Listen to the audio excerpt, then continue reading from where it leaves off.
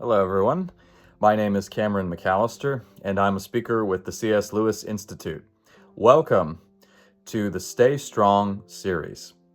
Since it's Holy Week, it's fitting that we discuss the evidence and the significance of Jesus' resurrection. There's renewed interest in Christianity right now from a number of surprising voices. One of those is none other than Professor Richard Dawkins, a highly vociferous critic of Christianity.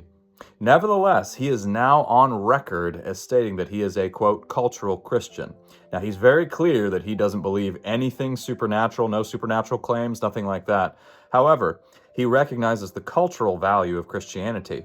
A number of different public intellectuals are in this category right now, some of them with varying degrees of sincerity. Ayaan Hirsi Ali has herself become a Christian, but also Jordan Peterson, Tom Holland, who wrote the monumental book Dominion, and many others. So, let's consider the resurrection.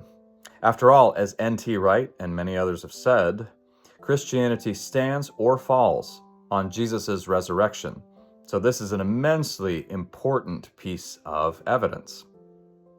Let's start with what's uncontroversial among historians, Christian and non-Christian alike.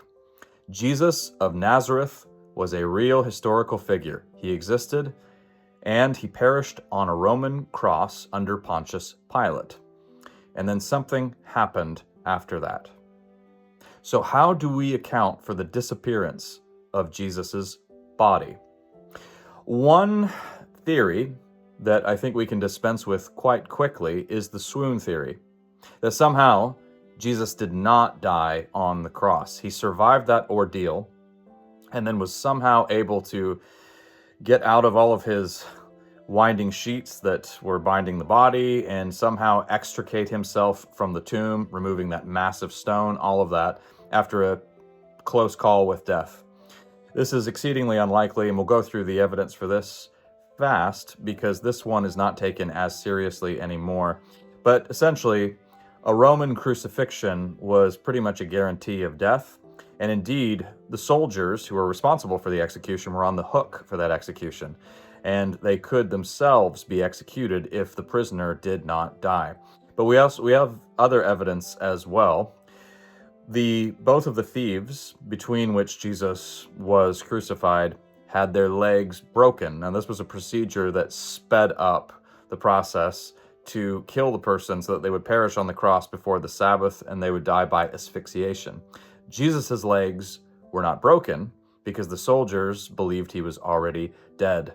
Also, in John's Gospel, we have the evidence of Jesus being pierced in the heart and blood and water coming out, which would mean that he had died by asphyxiation.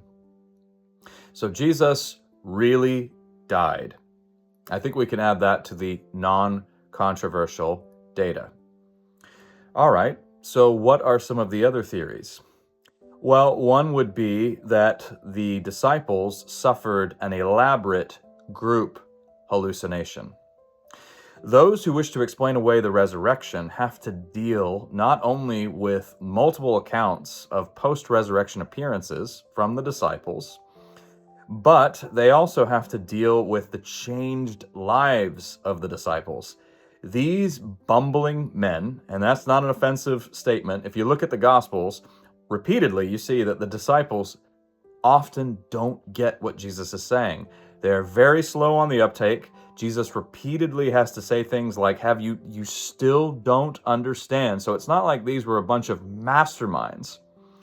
But when you look at the trajectory of their lives after Jesus' death, they are transformed men.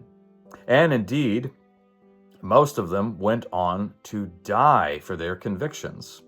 And as they say, nothing proves sincerity like martyrdom. So how do we account for that? Well, hallucinations are generally a private experience. You don't have elaborate group hallucinations of this level, where all of them are in agreement on the details, and all of them have interacted with this supposed hallucination, and indeed eaten with this hallucination. We have the detail, of course, in the Gospels that Jesus breaks bread with the disciples and eats fish, unlike an apparition or a ghost. Another theory holds that, well, the disciples were promulgating a myth. But if you look at 1 Corinthians 15, Paul makes it clear that he's making these claims, and he opens them up to any kind of argumentation if people want to correct him, because there hasn't been sufficient time for an elaborate myth to develop. Indeed, there were enough people around who could have easily been demythologizers if they had so desired. They could have taken issue with what Paul was saying, and they could have launched counterattacks. That did not happen. There wasn't sufficient time elapsed for this elaborate myth to have taken place. Another theory holds that, well, the disciples were conspiracy theorists, and they perpetrated an elaborate hoax. But again, look at their transformed, heroic lives. Conspiracy theorists, or people perpetrating an elaborate hoax, don't generally die for those convictions.